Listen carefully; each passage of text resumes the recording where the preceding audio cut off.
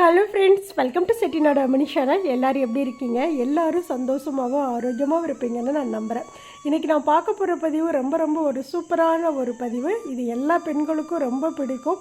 நம்ம வீட்டில் பார்த்தீங்க அப்படின்னா ரொம்ப இந்த பைப்பில், பாத்ரூம் பைப்பில் உப்புக்கரை அப்படியே படிஞ்சுக்கும். நம்ம வாரம் க்ளீன் பண்ணாலும் அந்த உப்புக்கரைங்கிறது போகவே போகாது. நம்ம ரொம்ப ஈஸியாக கடைகளெல்லாம் எந்த பொருள் வாங்க வேண்டாம், வீட்டில் இருக்க பொருளை வச்சு ரொம்ப சூப்பராக பளிச்சுன்னு ஒரு 5 நிமிஷத்தில் புது பைப் மாதிரி கொண்டு வந்துடலாம். இது எப்படிங்கிறத நான் சொல்கிறேன். முதுகு வலிக்காமல், கை வலிக்காமல் ரொம்ப ஈஸியாக நம்ம பளபளன்னு புதுசு போல் இந்த பைப்பை நம்ம அழகாக கொண்டு வந்துடலாம். எப்படிங்கிறத வீடியோக்குள்ளே பார்க்கலாம். இந்த வீடியோ பிடிச்சிருந்ததுன்னா செட்டிநாடு அம்மணி சேனலை சப்ஸ்கிரைப் பண்ணிக்கோங்க. வீடியோ பார்க்குற எல்லோரும் கண்டிப்பாக ஒரு லைக் கொடுங்க. எல்லாருக்கும் இதை ஷேர் பண்ணுங்கள். எல்லா பெண்களும் ஈஸியாக பாத்ரூம் எல்லாம் நல்லா பளபளன்னு கழுவி வச்சுக்கட்டும்.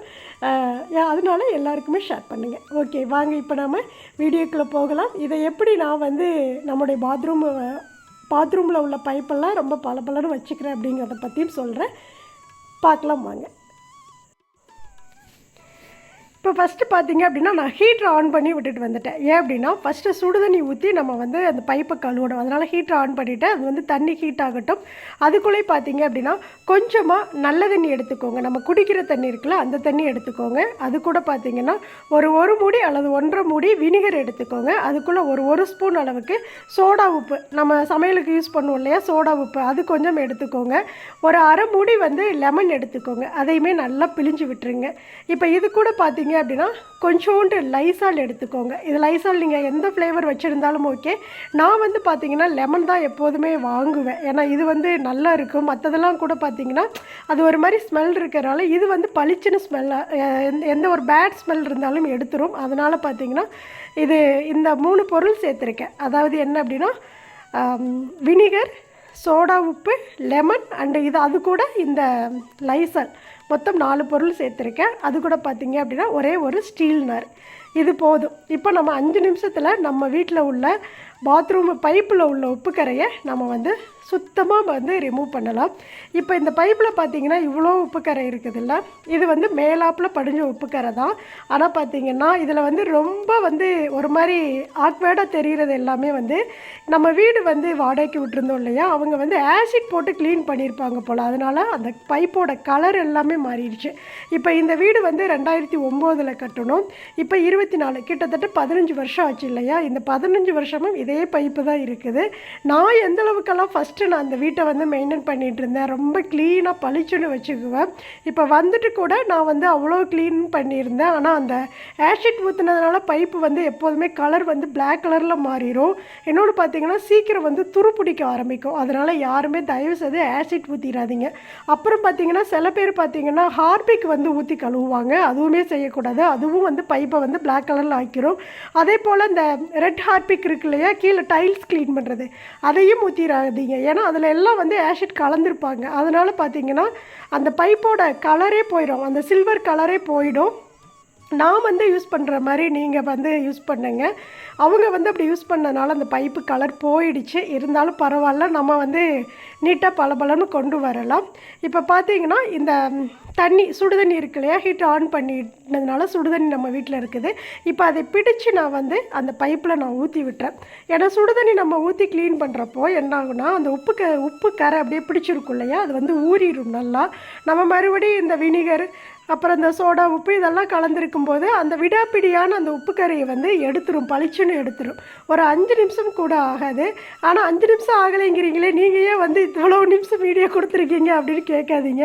நான் மெதுவாக அப்படியே வீடியோக்காக வேலைகள்லாம் செஞ்சேன். இப்போ எல்லா பைப்புலேயுமே பார்த்தீங்க அப்படின்னா அந்த சுடுதண்ணியை ஊற்றி விட்டாச்சு. ஊற்றி விட்டு முடித்ததுக்கப்புறம் ஒரு 5 நிமிஷம் கழித்து நல்லா ஊறட்டும். அதுக்கப்புறம் பார்த்திங்கன்னா நம்ம கலந்து வச்சுருக்க அந்த லிக்யூட் இருக்குது இல்லையா, அதை அப்படியே ஸ்டீல் நாரில் போட்டு லைட்டாக தொட்டு அப்படியே நம்ம தேய்ச்சோம் அப்படின்னா பாருங்கள், தேய்க்கிறப்பவே பளிச்சுன்னு ஆகிடும். பாருங்கள் எப்படி மின்னுது பாருங்கள், அந்த தண்ணி வர்ற இடத்துக்கூடிய அந்த பைப்பு பாருங்கள். இப்போ இதுக்கு முன்னாடி இதில் எவ்வளோ உப்புக்கரை அப்படியே படிஞ்சு இருந்தது. லைட்டாக நம்ம தொட்டு தேய்க்கும் போதே நல்லா பளிச்சுன்னு ஆகிடும். இதில் அந்த ஆசிட் ஊற்றாமல் கலர் அது ஒரிஜினல் அந்த சில்வர் கலர் இருந்ததுன்னா இன்னும் பளபளன்னு தெரிஞ்சிருக்கும். அந்த ஆசிட் ஊற்றுறதுனால அது கொஞ்சம் பிளாக் கலரில் தெரியுது.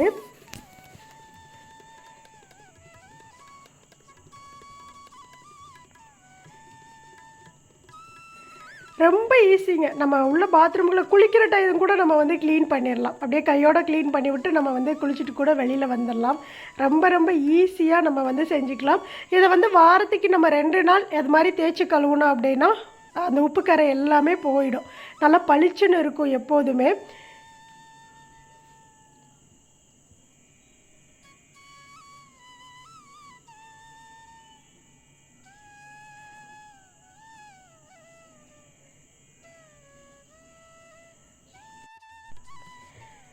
நிறைய பேர் நான் அன்றைக்கி சொன்னதுலேருந்தே பார்த்தீங்கன்னா இப்போ இந்த ஒரு 4-5 நாளாகவே தொடர்ந்து வந்து பாத்ரூம் க்ளீனிங் வீடியோ கொடுங்கக்கான தினமுமே கமெண்ட்ஸில் கேட்குறீங்க. கண்டிப்பாக நாளைக்கு நான் வந்து உங்களுக்கு ஃபுல் வீடியோ நாளைக்கு கொடுத்துட்றேன். பாருங்கள், ரொம்ப ஈஸியாக. இப்போ 15 வருஷம் ஆச்சு. இந்த டைல்ஸ் பாருங்கள், எங்கேயுமே வந்து அவ்வளோவா அழுக்கு தெரியவே தெரியாது, பளிச்சுன்னு இருக்கும். நாளைக்கு நான் கழுவி காட்டுறேன். நான் உங்களுக்காகவே வந்து வீடியோக்காகவே ஒரு வாரம் அப்படியே வந்து கழுவாகவே விட்டுட்டேன். சரி, நம்ம வந்து வீடியோவில் வந்து அவங்களுக்கு காட்டலாம் அப்படின்னு. கரைகள் எங்கேயுமே இருக்காது. இந்த நல்ல தண்ணி வருது இல்லையா, கார்பரேஷன் வாட்டர் வர்றதுனால அதில் உள்ள அந்த செம்மண் தான் அங்கங்கே அப்படியே படியும்.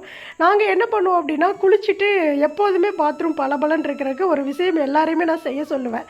அது என்னங்கிறத நாளைக்கு நான் வந்து உங்களுக்கு வீடியோவில் நான் சொல்கிறேன். இப்போ பார்த்தீங்கன்னா, இந்த நம்ம குளிக்கிறோம் அப்படின்னா நம்மளுடைய சோப்பு கரை, ஷாம்பு போட்டோம் அப்படின்னா ஷாம்பில் உள்ள அந்த நுரை எல்லாமே வந்து இந்த சுவர்லெல்லாம் படும் இல்லையா. அப்போ என்ன ஆகும், இந்த சுவர் ஃபுல்லாமே ஒரே அழுக்காக இருக்கும். அதெல்லாம் இல்லாத மாதிரி செய்கிறக்கு நாளைக்கு நான் வந்து அதை நாங்கள் எப்படி எங்கள் வீட்டில் மெயின்டைன் பண்ணுறோம், எப்படி மெயின்டைன் பண்ண சொல்லியிருக்கேன் அப்படிங்கிறதெல்லாம் நாளைக்கு பதிவில் உங்களுக்கு சொல்கிறேன்.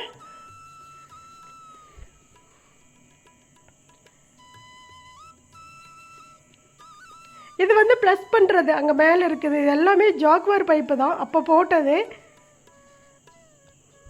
ஆனால் வந்து இந்த இப்படி அமுத்தி விடுற மாதிரி உள்ளது இனிமேல் யார் வீட்லேயும் வைக்காதீங்க. ஏன் அப்படின்னா, இந்த போர் தண்ணியில் வந்து அதிகம் உப்பு வந்து இருந்தது அப்படின்னா அது நாளாக இப்போ 15 வருஷம் ஆச்சு இல்லையா நம்ம வீடு கட்டி, என்ன ஆகுது அப்படின்னா அதில் உள்ள உப்பு நம்ம வெளியில் உள்ள உப்பு கரையை க்ளீன் பண்ணி எடுத்துருவோம். ஆனால் உள்ளே பார்த்தீங்க அப்படின்னா அந்த அமுத்துற இடத்துலலாம் உள்ளே போய் அந்த ஸ்ப்ரிங்கு போய் அமுந்தி வெளியில் வர்ற இடத்துல அந்த உப்பு படிஞ்சுது அப்படின்னா அமுத்தி விட்டோம் அப்படின்னா இப்போல்லாம் சில டைம் என்ன ஆகுதுன்னா அப்படியே வந்து நின்றுக்குது. அப்படியே நம்ம கவனிக்காமல் விட்டுட்டோம் அப்படின்னா தண்ணி ஃபுல்லாக அந்த டாய்லெட்டுக்குள்ளே போயிட்டே இருக்குது. ஒவ்வொரு நாளைக்கு பார்த்தீங்க அப்படின்னா டேங்கே காலி ஆயிரும். அந்தளவுக்கு தண்ணி போயிட்டே இருக்கும் கொஞ்சம் கவனிக்காமல் விட்டுட்டோம் அப்படின்னா. அதனால் இந்த மாடல் வந்து யாருமே வாங்கி வைக்காதீங்க. அப்போல்லாம் இது வந்து ரொம்ப புதுசாக இருக்குது, நல்ல ஹை குவாலிட்டியாக இருக்குது, மாடலாக போடணும் அப்படிங்கிறதுக்கு வேண்டி இந்த ஜாக்வேரெல்லாம் அப்போ வாங்கி இந்த மாதிரி மாடல்ஸ் எல்லாம் அப்போ வச்சோம். 15 வருஷத்துக்கு முன்னாடி வச்சது. இப்போ நிறைய மாடல்ஸ் வந்துருச்சு இல்லையா, அதனால் இனிமேல் யாரும் இது மாதிரி வைக்காதீங்க.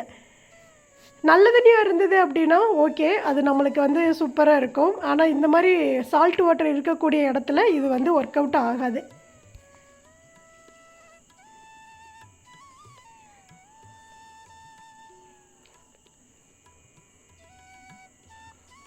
ஃபஸ்ட்டு வந்து எல்லாத்தையும் வந்து எல்லா பைப்பையும் அந்த லிக்விடை வச்சு ஃபுல்லாக ஒரு டைம் தேய்ச்சி விட்டுட்டு அது ஊறுறக்குள்ளேயே அடுத்த பைப்பை போய் லைட்டாக தேய்ச்சி விட்டுட்டு வந்துட்டோம் அப்படின்னா அது ஊறிடும். அதுக்கப்புறம் நம்ம அந்த தேய்ச்சி விட்ட பைப்பை வந்து திரும்ப வந்து நம்ம அப்படியே தேய்ச்சி விட்டோம் அப்படின்னா நல்லா பளிச்சுன்னு பளபளன்னு ஆகிடும். நம்ம கையெல்லாம் எரியுமா அப்படின்னா எரியவெல்லாம் செய்யாது. சில பேருக்கு நீங்கள் க்ளவுஸ் போடணும் அப்படின்னா கூட நீங்கள் ஏதாவது ஒரு க்ளவுஸ் கையில் மாட்டிட்டு கூட நீங்கள் தேய்ச்சிக்கலாம். ஆனால் இதில் எந்த ஆசிட் உள்ள இல்லையா, அதனால் வந்து எரியாது. இது எல்லாமே ஒரு நேச்சுரலாக இருக்கக்கூடிய ஆசிட் தான், கெமிக்கல்லாம் இல்லை இல்லையா, அதனால் நம்மளுக்கு கையெல்லாம் எரியாது. அவ்வளோதான், தேய்ச்சி முடிச்சாச்சு. பாருங்கள், சூப்பராக பளபளன்னு ஆயிடுச்சா, அந்த உப்பு கரையெல்லாம் போயிடுச்சு. ஆனால் அந்த ஆசிட்னால தான் அந்த பைப்பு வந்து இன்னும் பளிச்சுன்னு உங்களுக்கு வீடியோவில் தெரியல. எனக்குமே அப்படி தான் தெரிஞ்சுது. ஏன் அப்படின்னா அந்த ஆசிட் ஊற்றி கழுவி இருந்தாங்க இல்லையா, அதோட அந்த கருப்பு இருந்ததுனால அது பளிச்சுன்னு தெரியல அந்த இடம் மட்டும்.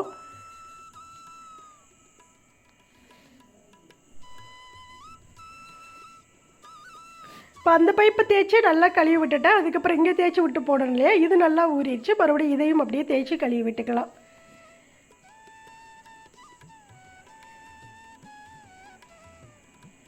நம்ம வீட்டில் அப்போவே பார்த்தீங்க அப்படின்னா இந்த க்ரீன் டைல்ஸ் தான் போட்டேன். அந்த வீட்டுக்குள்ளே க்ரீனாக தெரியணும் அப்படிங்கிறதுக்கு வேண்டி. அந்த எங்கே பார்த்தாலும் செடியாக இருக்கணும் இல்லையா, அது மாதிரி இதுவுமே அழகாக செடியாக இருக்குது. இந்த டைல்ஸ் எல்லாம் அப்போ போட்ட டைல்ஸு. அப்போவே பார்த்தீங்கன்னா இதெல்லாம் போட்ட டைல்ஸு தான் இது. ஆனால் பார்த்தீங்கன்னா இன்னுமே நல்லா பளிச்சுன்னு நம்மளுடைய டைல்ஸ் எல்லாம் நல்லா இருக்கும். நாளைக்கு நான் ஃபுல் வீடியோவும் உங்களுக்கு காட்டுறேன். அவ்வளோதான் பாருங்கள், சூப்பராக பளபளன்னு ஆயிடுச்சு. அடுத்து இந்த பைப்பும் பாருங்கள் எவ்வளோ பளிச்சுன்னு ஆயிடுச்சு. நான் ஃபஸ்ட்டு காட்டுறப்போ இதெல்லாம் எப்படி இருந்தது, இப்போ பாருங்கள் எவ்வளோ பளிச்சுன்னு ஆயிடுச்சுன்னு. இப்போ நம்ம வந்து தேய்ச்சி விட்டோம் இல்லையா, என்னதான் இருந்தாலுமே அந்த லெமன் அதுலெல்லாம் பார்த்தீங்கன்னா சிட்ரிக் ஆசிட் இருக்கும். அதனால் அது வந்து சில டைம் வந்து அந்த பைப்பை வந்து கருக்க வைக்கும். அப்படிங்கிறப்போ கொஞ்சம் பேஸ்ட்டு கடைசியில் வந்து நீங்கள் எந்த பேஸ்ட்டு வேணாலும் நீங்கள் வந்து யூஸ் பண்ணலாம். நான் வந்து இந்த ரெட் அது என்ன டாபர் ரெட் அந்த பேஸ்ட்டு தான் நாங்கள் யூஸ் பண்ணுவோம். அதனால் அதில் கொஞ்சம் எடுத்துகிட்டு அப்படியே நம்ம தேய்ச்சி விட்டுக்கலாம். இல்லை அப்படின்னா நீங்கள் ஷாம்பு ஏதாவது இருந்தால் கூட நம்ம வந்து அதை தொட்டு லாஸ்ட்டில் பைப்பெல்லாம் கழுவி முடிச்சுட்டு லாஸ்ட்டில் ஒரு டைம் போட்டு அப்படியே ஸ்க்ரப் பண்ணி விட்டுட்டு கழுவி விட்டுட்டிங்க அப்படின்னா பைப்பு வந்து கருக்காது, நல்லா பளிச்சுட்டு எப்போதும் போல் பளிச்சுட்டு இருக்கும். நம்ம வாரத்துக்கு 2 நாள் இது மாதிரி தேய்ச்சோம்னா நம்ம வந்து ஒரு துளி உப்புக்கரை கூட படியாது. எப்போதும் அந்த பைப்பு வந்து புது பைப்பு போலே இருக்கும். இப்போ நான் பார்த்தீங்கன்னா இந்த வாரம் ஃபுல்லாக நான் வந்து வீடியோக்காகவே வந்து இதை நான் கழுவவே இல்லை. ஏன்னா கழுவிட்டே இருந்தேன்னா அது பளிச்சுனே தான் இருக்கும். வீடியோவில் என்ன பளிச்சுட்டு இருந்த பைப்பே கழுவி காட்டுறாங்க அப்படின்னு நீங்கள் நினைப்பீங்க இல்லையா, அதனால் நான் வீடியோக்காகவே கழுவாமல் விட்டுட்டேன். இப்போ பாருங்கள் எவ்வளோ பளிச்சுன்னு இருக்குன்னு. அந்த இப்போ ரொம்ப ஜூம் பண்ணி காட்டுறப்போ பாருங்கள் அந்த ஆசிட் ஊற்றுற இடம் மட்டும்தான் பிளாக்காக இருக்குது. அது மாதிரி நீங்கள் வாடகை வீட்டில் இருந்தாலும் சரி, சொந்த வீட்டில் இருந்தாலும் சரி, தயவுசெய்து ஆஷிட்டை மட்டும் ஊற்றிடாதீங்க. அதே மாதிரி சிங்க்லேயுமே இப்போ வந்து சில்வர் சிங்க்கெல்லாம் வைக்கிறோம் இல்லையா, அதுலேயுமே வந்து ஆஷிட்டெல்லாம் ஊற்றி கழுவிடாதீங்க. அதே போல் ஹார்பிக்கும் ஊற்றி சில பேர் கழுவுவாங்க, அதுவுமே நம்ம செய்யக்கூடாது. அதில் எல்லாமே பார்த்திங்க அப்படின்னா இந்த ஆசிட் இருக்கிறதுனால அப்படியே வந்து கருக்க வச்சிரும்.